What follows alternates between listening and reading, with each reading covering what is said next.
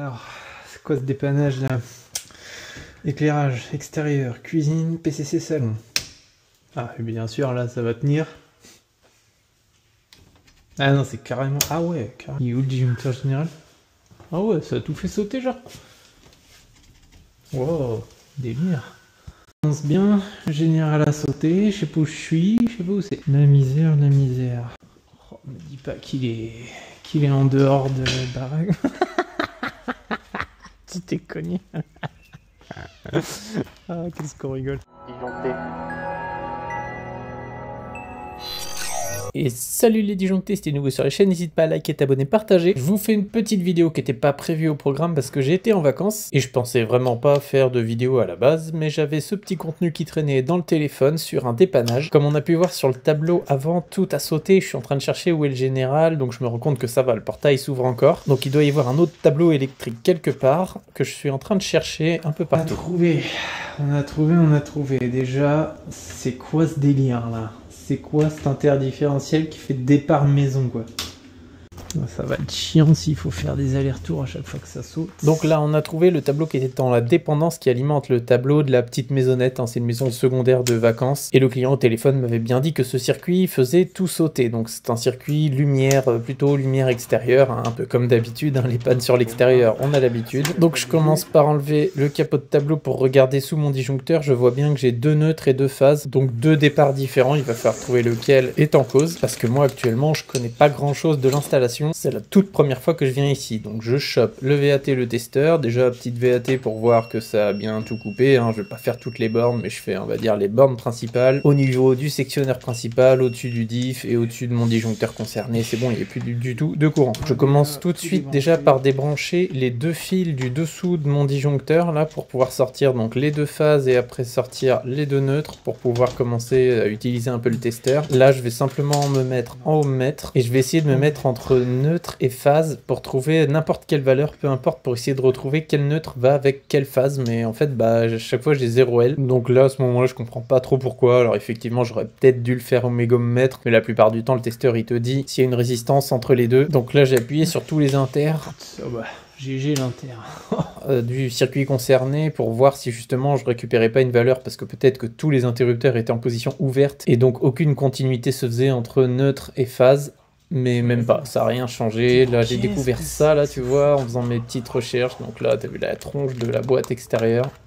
Ah ouais. Donc là, autant te dire que je commence à me dire que c'est mon suspect numéro 1, parce que la boîte, elle est à moitié encastrée dans le bois. Il y a eu un peu de résine qui a été mis, mais pas beaucoup. Enfin bref, c'est un peu le carnage là-dedans. Et à la base, moi, je viens essentiellement pour un dépannage. Je connais même pas le client non plus. Donc le but, c'est pas non plus de tout refaire, qui en est pas pour non plus des milliers et des cents, mais que au moins que ça fonctionne et que je trouve une solution provisoire, parce que quelques jours après, la maison va être louée pour les vacances. Donc là, je reviens à mon tableau, je me mets entre neutre et terre, et là tu vois, entre neutre et terre je trouve une valeur horrible, en gros presque une continuité parfaite quoi, 6 ohms. Je fais l'autre neutre que j'avais rebranché là sur le disjoncteur, je me mets avec les phases, tout ça, les autres il n'y a pas de souci, mais j'ai bien un neutre, là celui qui était branché et que j'avais rebranché sous le disjoncteur, qui lui ouais, 6 ohms entre neutre et terre, autant te dire que ça fait bien sauter un différentiel sans problème. Donc je rebranche le neutre sur lequel il n'y avait pas de souci, je laisse de côté pour l'instant le neutre avec lequel il y avait une continuité, je reprends vite fait mon testeur juste pour m'en assurer que j'ai pas fait une bêtise, que j'ai pas rebranché le même une deuxième fois. Donc là, tu vois, on a bien une grosse continuité entre terre et neutre.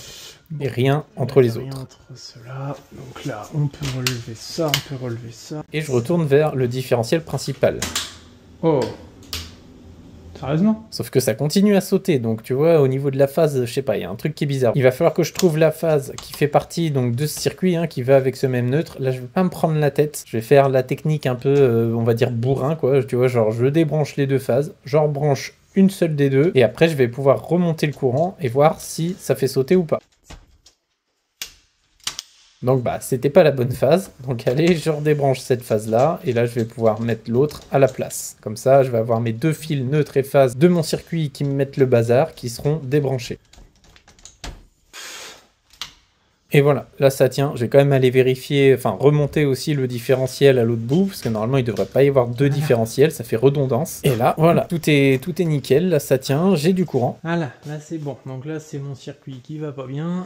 Et là maintenant je vais commencer à vérifier qu'est-ce qui fonctionne pas dans ce secteur-là. Tu vois, j'ai vérifié la prise au cas où qu'elle avait été prise avec le circuit lumière, parce que ça moi, comme je te dis, je connais pas l'installation, j'y connais rien ici. Là je trouve avec le petit stylo détecteur là qu'il y a pas mal de petites choses qui fonctionnent pas, tu vois, j'essaye quand même 2-3 prises qui sont dans ce secteur. Là, le luminaire de la cuisine, tu vois, donc lui, il fonctionne pas, il fait partie du circuit incriminé, on va dire. Donc je fais mon petit tour comme ça de la maison pour essayer de choper un maximum d'infos avant de commencer à démonter trop de choses. Parce que je pourrais très bien commencer par démonter tout un tas de trucs, mais c'est des coups à perdre du temps un peu bêtement. Je préfère prendre des infos comme ça, après, chacun a sa propre méthode en dépannage. Moi, je fonctionne comme ça, et ça me réussit plutôt pas mal. Donc là, voilà, je regarde ce qui marche pas.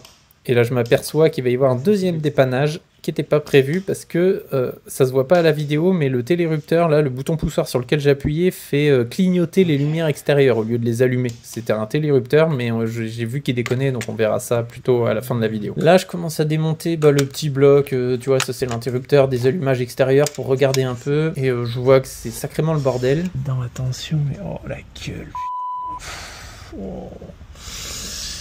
Oh la gueule. Mais rien qui laisse présager une panne de différentiel non plus, donc je continue mes petites découvertes, et je reviens à mon suspect numéro 1, hein. Tu vois, ici c'est quand même bien le bordel, et il y a juste une toute petite bâche au-dessus, tu vois, qui protège à peine de la pluie, donc là, l'eau peut clairement rentrer là-dedans, donc je vais déjà tout déconnecter, et je reviens vers mon tableau principal, enfin le tableau à l'intérieur de la maison, et là je m'aperçois que ça y est, j'ai plus mon défaut une fois que j'ai déconnecté les connecteurs à l'intérieur de la boîte. Donc en gros, ça veut dire qu'il y a un des 3 câbles qui est dans cette boîte qui me met le bazar. Donc normalement, de ce que j'ai compris de l'installation à ce moment-là, ça vient dans cette boîte-là, c'était un luminaire avant. Donc je teste ce premier câble-là, entre neutre et terre, rien du tout. Je reviens à ma boîte quand même, et là, en testant neutre et terre de l'autre câble, tu vois, je retrouve ma continuité parfaite ici. Celui-là, là.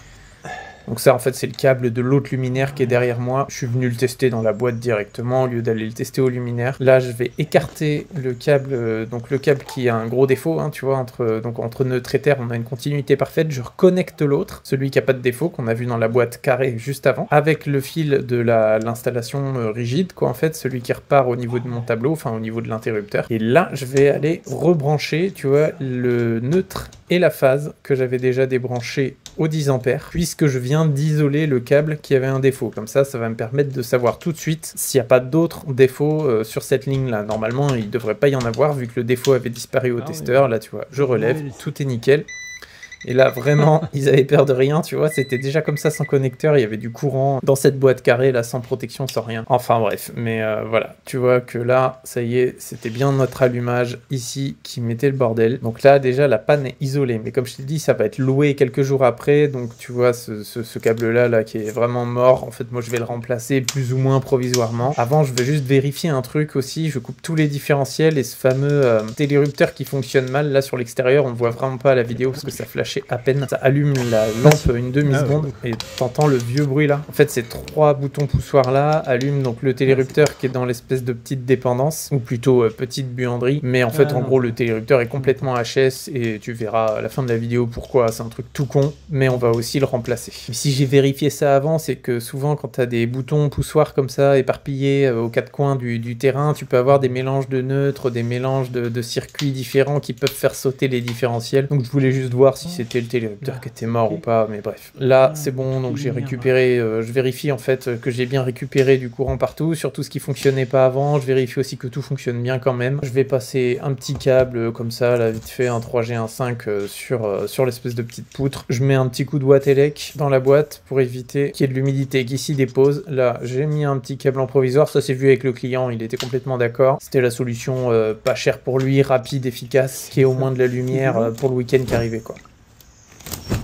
que n'oubliez pas, c'est un dépannage. Allez, maintenant, télérupteur. Là, c'était le dernier que j'avais dans mon camion en plus, donc on va aller remplacer le télérupteur qui fonctionne plus, parce que c'est tout l'éclairage extérieur, donc c'est quand même un peu emmerdant. Donc pareil, ça j'ai eu le client au téléphone, hein, je lui ai expliqué, il n'y a pas de souci. Donc là, j'ai quand même un peu de la chance, parce que les tableaux sont quand même pas trop mal faits, ils sont très très propres. Donc ça, c'est plutôt une chance dans les dépannages, parce que c'est pas toujours le cas. Là, je suis juste en train d'ouvrir la goulotte GTL, parce que j'avais un petit doute sur les couleurs qu'il y avait au niveau du télérupteur. Tu vois, en fait, le orange, il descend bien à plusieurs retours de boutons qui sont en bleu. En fait, ces bleus, c'est pas des neutres, c'est juste qu'ils ont été câblés en 3G1.5, les boutons poussoirs. Donc voilà, là, j'ai coupé mon courant au niveau du général, parce que je vais bien mettre les mains dedans. Je regarde parce qu'il y a un rouge. En fait, le rouge, c'est tous mes retours lampes qui sont pareils au niveau de la goulotte, là, branchés sur tous les marques. Je préfère regarder ce que je fais avant juste de débrancher bêtement, parce que vu qu'un télérupteur, en plus, tu peux avoir un câblage par le neutre ou par la phase, je voulais vraiment être sûr qu'il n'y ait pas une bricole cachée quelque part dans la goulotte. Voilà, je préfère perdre une petite minute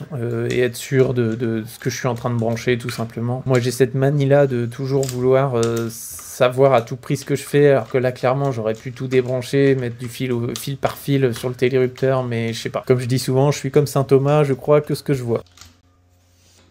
Allez, le télérupteur qui fonctionnait pas donc est déposé, je mets le nouveau, donc les fils sont pas au même endroit, là si tu veux c'est toujours un télérupteur Schneider, mais moi je les achète maintenant en Acti 9 parce que ça coûte beaucoup moins cher qu'en Rési 9, tout simplement, et du coup la borne A2 elle est en bas au lieu d'être en haut, enfin tu vois c'est pour ça que je mets les neutres en bas, mais je remets tout comme c'était avant quoi, les deux neutres en A2, le retour de bouton poussoir en A1, etc. Et juste là je suis obligé de passer un petit bout de fil pour faire mon alimentation de phase sur mon contact, parce que sur le télérupteur d'avant t'as vu c'était un petit accessoire, un peu comme une petite barrette de pontage en cuivre. Donc j'ai passé ma phase, là je rebranche mon A1 qui retourne vers tous mes retours de boutons poussoirs qu'on avait vu en bleu juste avant dans la goulotte.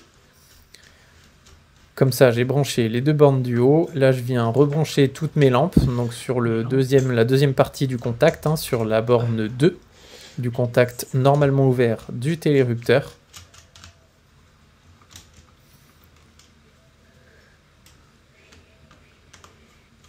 Et comme ça, en fait, juste après, il va me rester uniquement la borne A2 où je vais pouvoir rebrancher les deux neutres qu'il y avait juste avant. D'ailleurs, ces télérupteurs là en Acti 9, je sais pas si tu as vu, mais sur le côté, il y a une deuxième action. Tu peux les mettre en off carrément, que si tu actives la partie off du télérupteur, plus personne peut appuyer sur les boutons. Enfin, tu peux appuyer sur les boutons, mais il se passera rien. Alors moi, ça m'a jamais servi. C'est juste qu'ils sont 2 ou 3 fois moins chers que les Rési 9 et qu'ils ont le même look pour aller dans un tableau Schneider quoi. Là, je suis en train de brancher la phase, là, le petit fil que j'avais passé, là, qui se branche sur la première partie du contact du télérupteur, toujours sur le même disjoncteur. Ça, c'est très important, de rester sur le même disjoncteur de base qui avait déjà de branché avec l'ancien télérupteur. Enfin, c'est très important parce que le neutre vient de ce disjoncteur-là, quoi. Sinon, ça fait des mélanges de circuits et on va créer d'autres pannes. Donc ça y est, télérupteur branché, remplacé, on va pouvoir remonter le courant au général. Avant de tout refermer, on va aller tester. Donc tu vois, voilà. Vachement mieux. C'est quand même vachement mieux. Ça fonctionne là pour le coup. Mais il me reste un petit truc qui me chiffonne. En fait, c'est les interrupteurs, ils sont grippés. En fait, ils grippent vachement. Et ça, c'est pour ça que le télérupteur a dû se flinguer. En fait, si tu laisses un bouton poussoir enfoncé, tu vas faire forcer ton télérupteur, enfin ta bobine à l'intérieur. Enfin bref, ça va pas du tout aimer. Et ça va fortement réduire l'espérance de vie du télérupteur. Donc on va voir juste après. Je vais mettre un tout petit peu de dégrippant pour pallier à ce problème. Surtout que vu que c'est une location, tu vois, chaque personne ne va pas comprendre forcément ce qui se passe avec les boutons, ils vont appuyer, ça va rester enfoncé et ça va pas c'est pas des électriciens les gens qui viennent en vacances, qui viennent louer les maisons, donc ça va recommencer pas longtemps après si on fait pas quelque chose pour ça.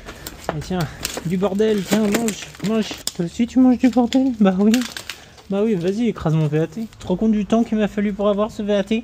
Tu te rends compte? Et t'as vu, j'ai mis une petite note sur le télérupteur que j'avais débranché, parce que alors ça, tu mets ça dans ton camion, c'est le meilleur moyen pour se planter. Ah oui, là, c'est fin de journée, fin de semaine, et puis moi, je suis pas un grand maniaque du rangement, donc dans mon sac, c'est un sacré bordel. Là, j'ai rangé la plupart des outils, je garde juste ce qu'il faut pour refermer les capots de tableau, enfin, le capot de tableau qui manquait. Et voilà, double dépannage terminé. Maintenant, tu vois, je prends tout petit peu de dégrippant, j'en mets un tout petit peu, alors c'est pas vraiment fait pour les contacts électriques à la base, mais j'en mets juste dans la fente, là, de l'intérieur interrupteur pour que ça puisse en fait simplement ne plus rester coincé, et ça a très bien marché. Donc tu vois, avec un tout petit peu de dégrippant, on sauve le nouveau télérupteur, enfin on lui donne une espérance de vie normale quoi. Parce que là clairement le nouveau télérupteur il aurait pas fait long feu avec des interrupteurs qui peuvent rester en position allumée sur des boutons poussoirs. Il aurait pris exactement le même chemin que celui qu'on a démonté juste avant. Bon, j'espère que cette petite vidéo vous aura plu. C'était ma petite vidéo de mon retour de vacances. Normalement, comme je vous dis, c'était pas du tout prévu au programme. Je me suis dit, allez, on est dimanche, on va quand même faire un petit truc. Parce qu'en vacances, je suis un gros glandeur professionnel. Et en attendant, soyez malins, soyez disjonctés. Salut les disjonctés.